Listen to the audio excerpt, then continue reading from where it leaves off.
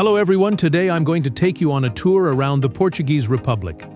And now I'm going to be providing some intriguing information that you probably didn't know previously, as well as our tour of Portugal. But before we start the video, I have one request for all you new viewers. If you have not already, please go ahead and subscribe to our channel and make sure you hit that bell icon so you can get all the latest videos.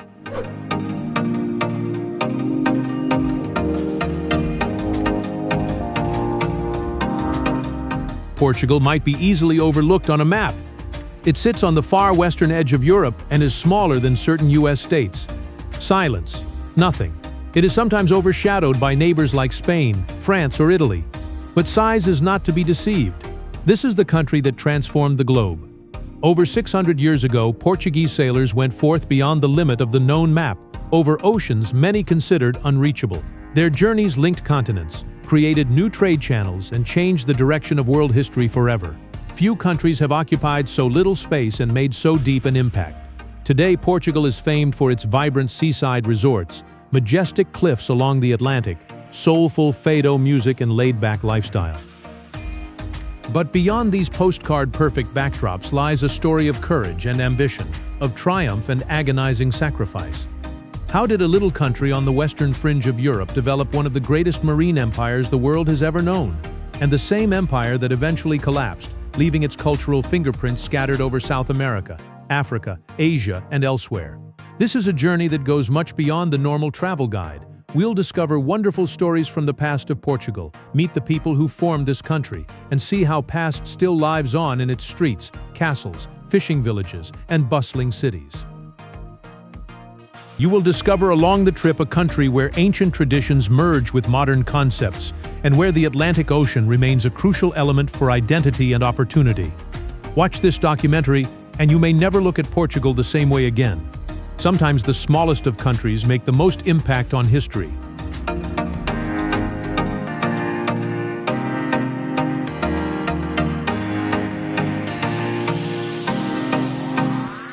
But every great nation has its origins. Even before Portugal was a world empire, before its ships sailed the Atlantic, before its explorers sailed into history, this was just a hard-bitten corner of Europe where normal people fought for a living. Ancient populations settled along the rivers and the coast of Portugal thousands of years ago, attracted by lush valleys and good fishing grounds and the protection of the Atlantic Ocean. Their lives were simple, yet they laid the first stones for a society that would last for ages. The Romans came, and for some 600 years, Rome ruled this country with its roads and bridges, its laws and aqueducts, and its busy towns. Many of these engineering feats are still standing today, subtly reminding travelers that the tale of Portugal did not begin with great explorers, but with centuries of builders, farmers, merchants, and families that tried to build a better future. When the Roman Empire fell, waves of Germanic kingdoms and subsequently Muslim rulers altered the Iberian Peninsula. Power shifted. No one knew for centuries what would happen to this place. The 12th century altered everything. Afonso Henriques revolted the county of Portugal and rebelled for independence. Portugal was allowed to become an independent monarchy by 1143, making it one of the first sovereign republics in Europe. What is perhaps more amazing about Portugal is that the borders of the mainland have stayed mostly unchanged since the 13th century. This ranks it among the geologically most stable countries on the continent. It was steady, which was an advantage. Meanwhile, the rest of Europe was busy with its continual wars and changing boundaries. But eventually Portugal turned its eyes overseas. It did not spread out across the regions about it, but poured over the rim of the world, where the Atlantic Ocean held possibilities unsketched by any mapping. And that one decision would determine the future of Portugal and the world.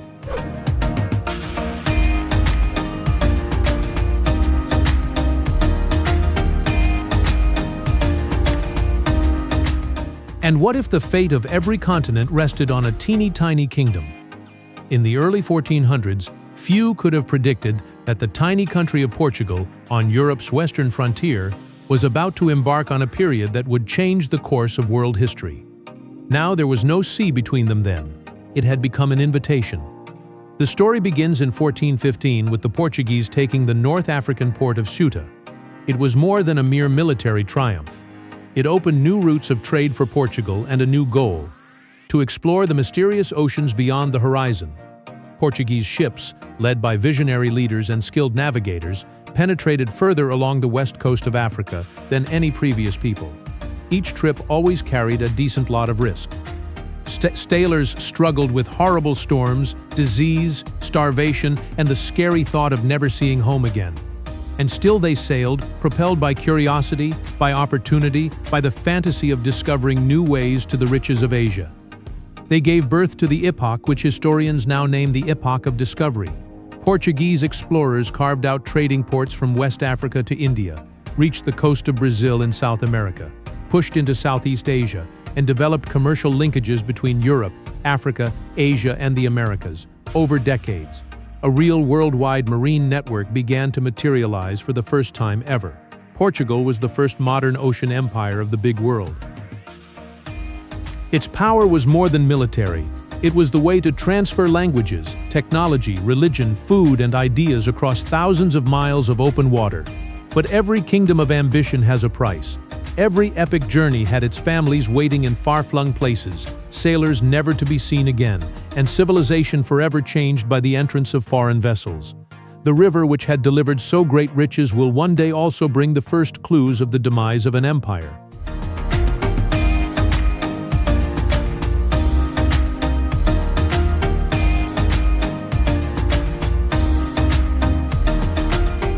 But the heights of an empire are often lost to history.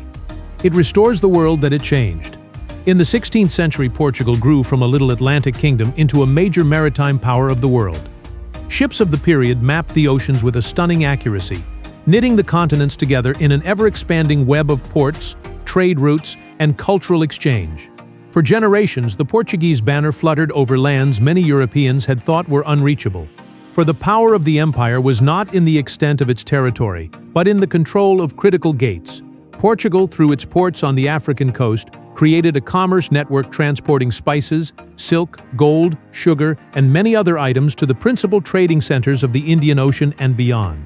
Lisbon became one of the busiest ports in Europe, and merchants of many languages met from dawn to well into midnight. Brazil soon was the empire's most valuable possession. The colony was the economic engine of Portuguese supremacy, with its enormous natural resources, its vast plains for agriculture, and later blooming sugar and gold industries. Goa was the administrative center of the Portuguese possessions in Asia, spread over the Indian Ocean. Its culture, a mixture of European, Indian, and Aboriginal ways, was unlike any other location. In the east, Macau was Portugal's primary gateway to China, a door to trade that few other foreign nations had. 1580 to 1640. When Portugal was in a dynastic union with Spain under one king. The Portuguese Empire was still there, but new challengers for the Portuguese overseas empire, such as the Dutch and the English, came along and progressively undermined Portuguese authority. To the average man, the faraway colonies were more than dots on a map. They were hope and opportunity, grief and release. Each ship that sailed away held the promise of riches, but also the questioning whether families would ever see their loved ones again. Portugal in its golden age was a piece of the world, but the larger the empire became, the harder it would be to hold it together.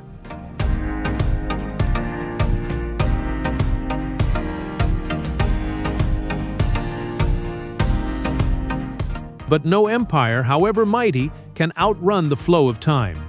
The very oceans that had once brought Portugal to inconceivable success gradually become impossible to govern. A global empire needs ships, soldiers, money, and people. For a comparatively small nation, the load increased with each generation. The first crushing blow was dealt in 1822 with the declaration of independence by Brazil. For Portugal, it was more than losing a colony. Brazil was the empire's richest source of wealth, providing sugar, gold, coffee, and opportunity. Its independence created a new reality. Portugal was no longer the invincible worldwide force it once was. The years that followed were even more difficult. European competitors grew their own empires, global trade patterns evolved, and nationalist movements sprung up across Africa and Asia. In 1961, Indian soldiers entered the province, and Portugal lost control of Goa after more than 4 centuries of Portuguese dominance there. At the same time, Protracted and expensive colonial conflicts in Angola, Mozambique and Guinea-Bissau depleted the country's economy and tired its people. Then came a calm turning point to the amazement of the world. The Carnation Revolution in 1974 brought an end to decades of autocratic government.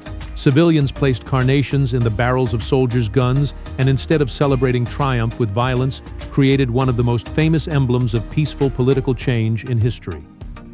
The new government moved fast towards democracy and accepted the independence of the remaining colonial colonies. There was one last chapter. In 1999, Macau was formally handed back to China, bringing to an end the almost 5 centuries of Portuguese colonial development. The empire was gone, but its language, architecture, traditions, and cultural impact lived on across numerous countries. Portugal had lost an empire, but it found something more everlasting, that the greatest legacy of a nation is not the land it rules, but the eternal ties it leaves behind.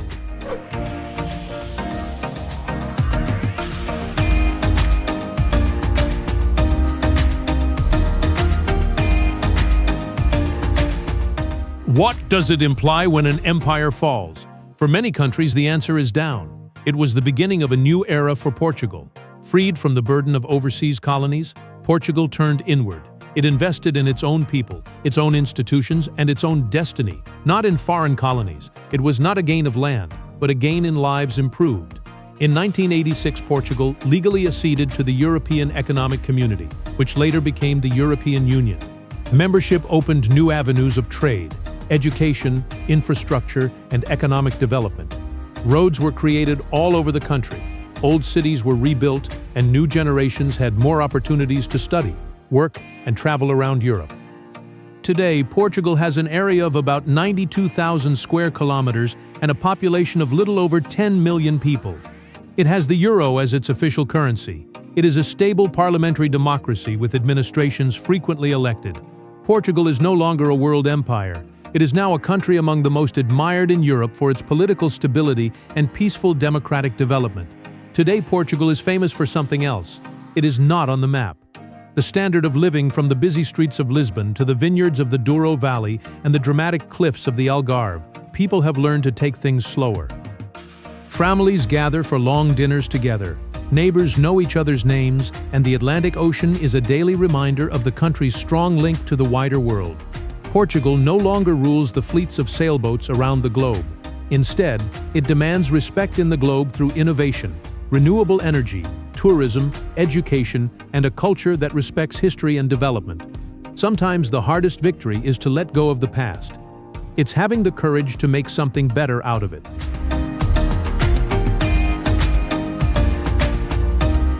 But a country is more than history. That is its true face. The people who get up every morning, who open the corner cafe, who cast their nets into the Atlantic, who do rituals hundreds of years old without thinking twice. Portugal is located at the western edge of the Iberian Peninsula, and hence practically all routes lead to the Atlantic Ocean. That stretch of seashore has been shaping the character of the nation for generations. The river is not just a location, but part of Portugal's memory, economy, and identity. Much of today's family wealth began with fishermen, sailors, and merchants who depended on the tides. The climate is Mediterranean, with hot, dry summers and verdant winters, the undulating wine beauty of the Douro Valley, and the gorgeous beaches of the Algarve. Rainbow trams run up steeply sloping hills lined with centuries-old structures in Lisbon, while Porto mixes antique corridors with modern inventiveness. Every city in Portugal has had its narrative. Língua, Portuguese, Brazil. You do not recall the words. You remember the feeling behind them. Hospitality is on a daily basis. Good cappuccino, bread, seafood, Fado, the musical history of longing, endurance, and optimism haunts the night. It is a lifestyle that values relationships over speed. There is enough to do locally in town squares. History is easy to incorporate into daily life, and family is close by. Portugal is not water on land, but the greatest jewel in its crown was never empire. It is the delicate strength of its people to hold on to their culture, to embrace the outsider, to teach the world that a life worth living is not measured in speed, but in connection.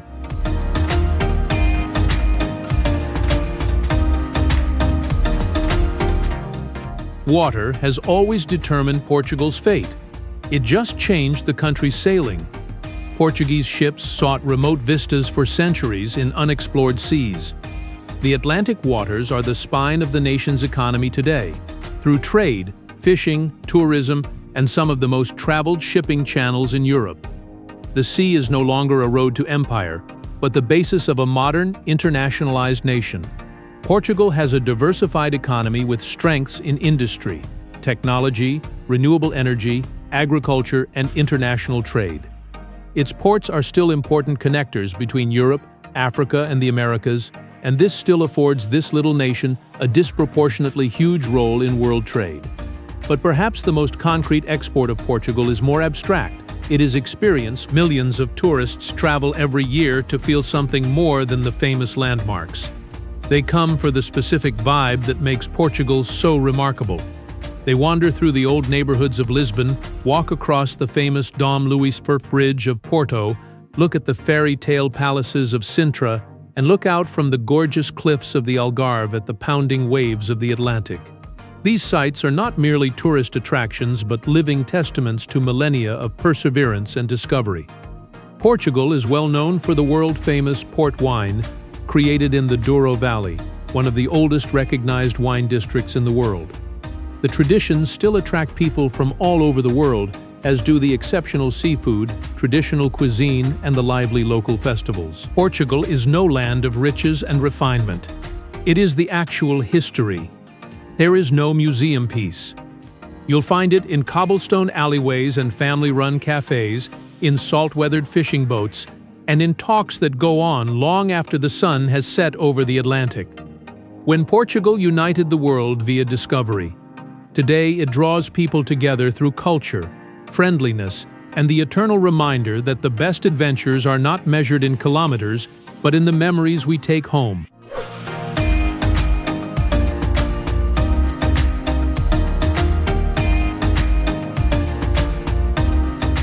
What if the greatest legacy of a country is not the land it has conquered, but the lives it continues to inspire? The Portuguese Empire is over. Ships of their nation no longer rule the oceans of the planet. But its effects are still woven into the fabric of everyday life in many nations. Portuguese is today one of the most spoken languages in the world, with more than 260 million people speaking it. From Brazil to Angola, from Mozambique to East Timor, the Portuguese language, architecture, gastronomy, music, and cultural traditions bear the marks of Portuguese. Most telling of all, this worldwide legacy was produced in a country smaller than most people perceive it to be. Portugal has proved that enthusiasm, curiosity, and imagination can take a nation far beyond the limitations of geography.